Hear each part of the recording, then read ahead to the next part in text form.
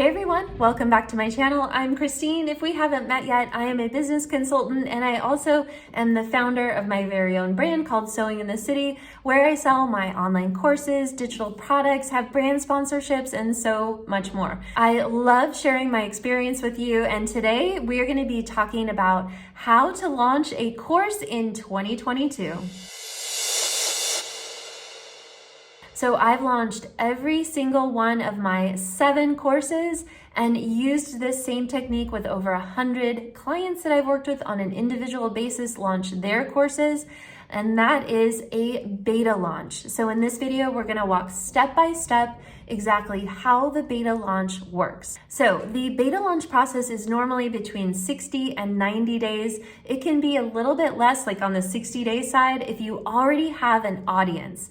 If you don't have an audience, this is gonna take a good 3 months because you're gonna wanna grow an audience before you launch your course. So what is a beta launch anyways? So how I like to describe a beta launch is essentially you're going through the process of creating your course outline, your sales page. You're selling the course without actually having all of the videos filmed and all of the course content created. You have it to a level where you have maybe all of your PowerPoint ready and you have your course content really dialed in, but you're actually selling the course and then you're creating the content along with a small beta group.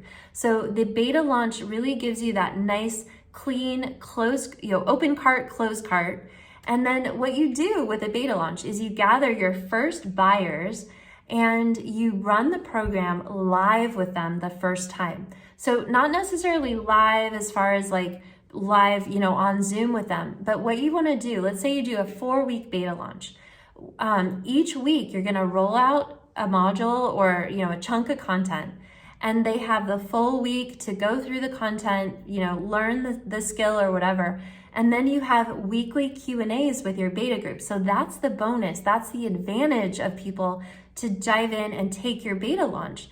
So they're getting one-on-one Q&A time with you or group Q&A time with you, and they can get all their questions answered. And also you can learn about your first buyers, like who's buying your course. You can understand what their struggles are and why they bought your course and deliver a ton of value to them. So what I've done with every single one of my courses is I get a small group of beta students together, and then I drop the content live every week, and then I meet them on a Q&A and answer all their questions. So what this does is allow you to get feedback on your content, and I love this because I can sleep at night knowing I have really awesome courses that have been tested and I've gotten feedback on, and I've made updates as needed. So the beta launch can be kind of a scary process to people because a lot of people are like, I don't really feel comfortable selling something that's not actually physically created yet, but it works. This process really, really works. And that way, if for some chance, like no one wants your course, like it's not a viable product, you haven't wasted all that time creating the course content. It also holds you accountable. So if you do a 4-week beta launch, you have to create that course within those 4 weeks because you have a whole beta group waiting for you. It's a great way to put a little fire under your bum to actually get the content created.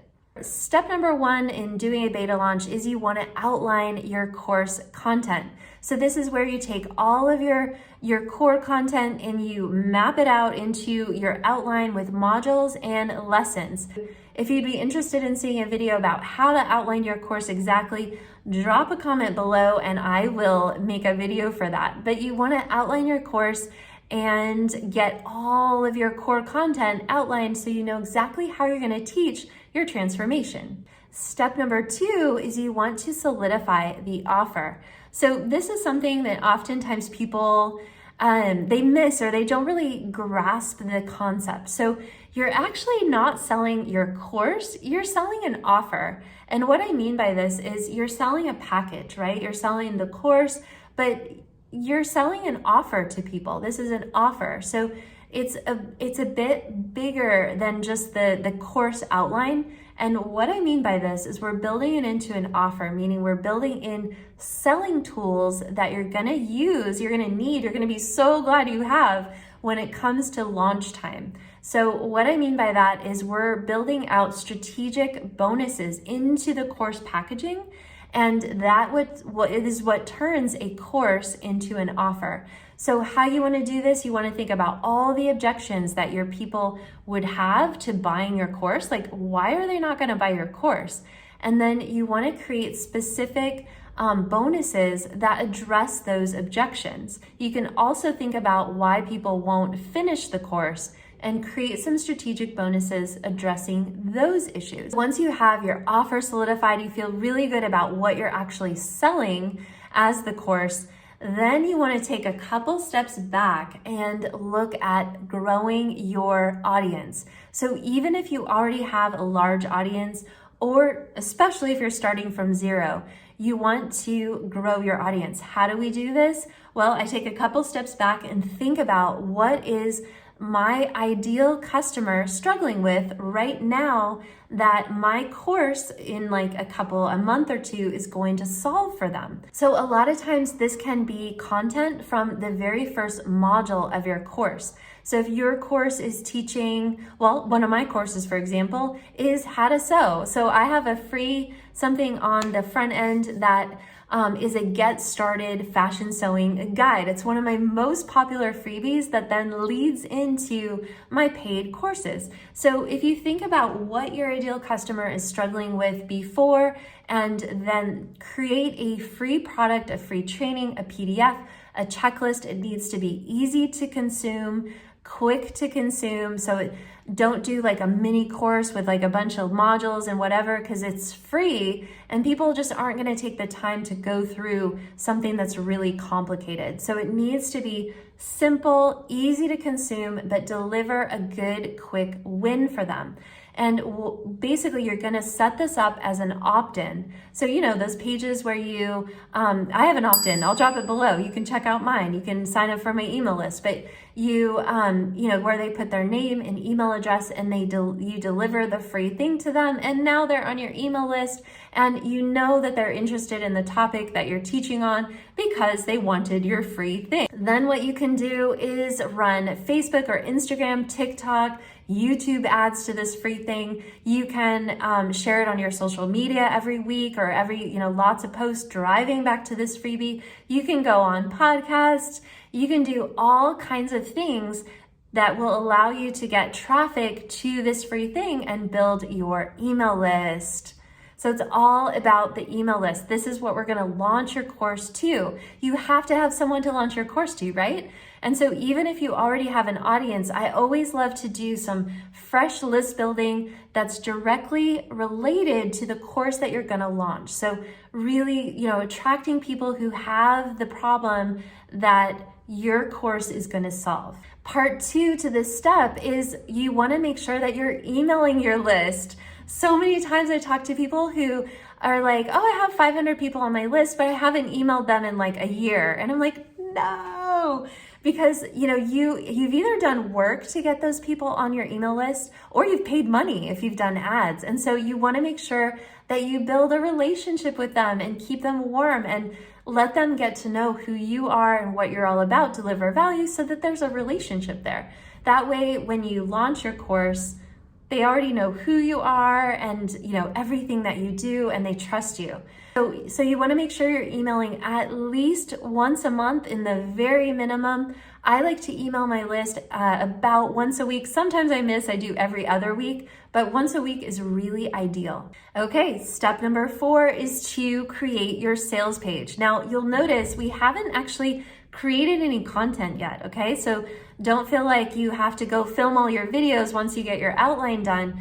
There's still a couple steps before we're gonna do that. So next step is to design and write your sales page. So in the process of writing your sales page, a lot of times what will happen is you'll discover that maybe you need to add something else to your course, or you need to restructure something, or you need to take something away, even something that's not necessary, because you're really going through the real motion of selling your course when you're writing that sales page copy and putting your sales page together. So I always recommend writing your sales page, getting your sales page set up before you create your course content. So let's take a break really quick and talk about conversion rates. So on your sales page, industry standard conversion rate for every 100 people that land on your sales page, between 3 and 7% of them will buy. So that's 3 and 7 people for every 100 people that see your sales page. So this ties back into your audience size and how big you want to grow your audience before you move into the next step, which is pre-launch. So usually I would recommend you have an audience of at least 500 people to get you to that 3 to 7% conversion rate to make a launch worthwhile. If you have less than that, you just have to have really realistic expectations about your launch. When I launched my very first course, I had about 2,000 people on my email list, and that gave me a really, really nice beta group. Once you have your audience to the size you need it to be, and you have your sales page all created and your pricing all figured out, if you need help with pricing, be sure to check out this video, which walks through a little bit more about pricing. But once you have all those things in line, then you can move on to the pre-launch. This is a 2-week process that builds pressure for your launch. So 2 weeks of pre-launch, it's a series of between 3 and 5 emails that you're gonna send that build the pressure up until your launch. So the pre-launch is really, really important. A lot of people have this intuitive sense to just open their course, like it's for sale, like it's here. But you want to kind of hold back, keep people like a little bit, build pressure for it. Like just don't jump in and let it be open. We are so the 2-week pre-launch, we're building pressure for the launch so that by the time you send that email that is like go live time, cart is open, the course is ready to buy, people are already familiar with the course and you've already built anticipation. So once you have done the 2-week pre-launch, we move into a 6-day selling period, which I call the launch or the open cart phase. So this is a 6 days where your cart is open. Essentially, this is when people can buy the course. And the beta launch starts on a specific day. You have a group, you're starting this Monday, and it goes for 4 weeks. And so they really have a cutoff time when they need to buy. So you're just opening your cart for like 6 days in this case. So within the pre-launch, you want to be building a wait list. So building a specific wait list for people who are interested in the course. This is creating a micro commitment from people. And even if they don't buy, it's a good exercise. We're just taking people one step at a time along the process of buying your course. So you have a wait list that you've started through pre-launch, and then as you go into launch, you launch the course first to your waitlisters. And what this does is give you, kind of like a rush of people in the beginning, and then you open your cart to the public, to your whole email list. And you want to go through a 5-day public launch with your email list. So a quick tip here is launches can be really emotional. Every single launch I've done, it's like this. It's like a roller coaster of emotions, because you'll have a sale and then it'll be like a day and you feel like no one's buying, what's happening? Like, do I suck? Like all these emotions happen. But the launch phase is really designed to try to keep that momentum going and keep people engaged and keep a storytelling going, and hitting your 3 types of buyers. So you have an emotional buyer, you have a logical buyer, and you have the scarcity buyer that's waiting till the very last minute to buy. So once you wrap your launch, you should have a nice beta group of your first students together. This is the coolest part of the launch because these are like your early adopters. These are going to be your biggest fans. These are the people who have bought your first course. So an ideal beta group size is usually, between 6 and 20 people. That's a really nice beta group. I have had a beta group as large as 49 people, which was fairly large, but what happens is not everyone will show up for your weekly Q&A calls. So, even though that seems like a massive group, only, about half of those people would ever show up at any given time. So it was still manageable, but I really feel like 6 to 20 is a great size. So this is where finally you create your course. So like I said in the intro, basically what I like to do is roll out the course content. Each week I roll out like a module or a chunk of content and give your beta students time to like go through the content, and then you have your weekly Q&A where you show up on Zoom and you answer any questions. You can ask them for feedback as well. Like I've gotten great feedback from beta students, and that way you're creating the very best course possible. Can't stress how beneficial this is, not only to you, but to your beta students. It's such a lovely, energetic exchange because they've, trusted you with your beta launch, and you're over delivering to them. Like you really are making sure that those beta students are getting the transformation that you've been promising. So on that note, you definitely want to have a system for collecting testimonials from your beta launch students. So oftentimes I will just set up a Google form, and I will have that within the course platform, and it's a great place for them to give feedback and offer a testimonial that you can then use on your sales page going forward. So after I have testimonials, I go back and edit my sales page, add in the testimonials, because social proof is just, it's worth its weight in gold on, the internet when you're selling to people who don't really know you. So you definitely want to gather those testimonials from your beta students. And last but not least, the last process after you've wrapped your launch, you want to review your stats, review your numbers. So things that I'm looking at are, what was the conversion rate on my sales page? What were different open rates on my emails throughout the launch? Did certain headlines get a better response, a better open rate? Did certain calls to actions within my emails get a better click rate?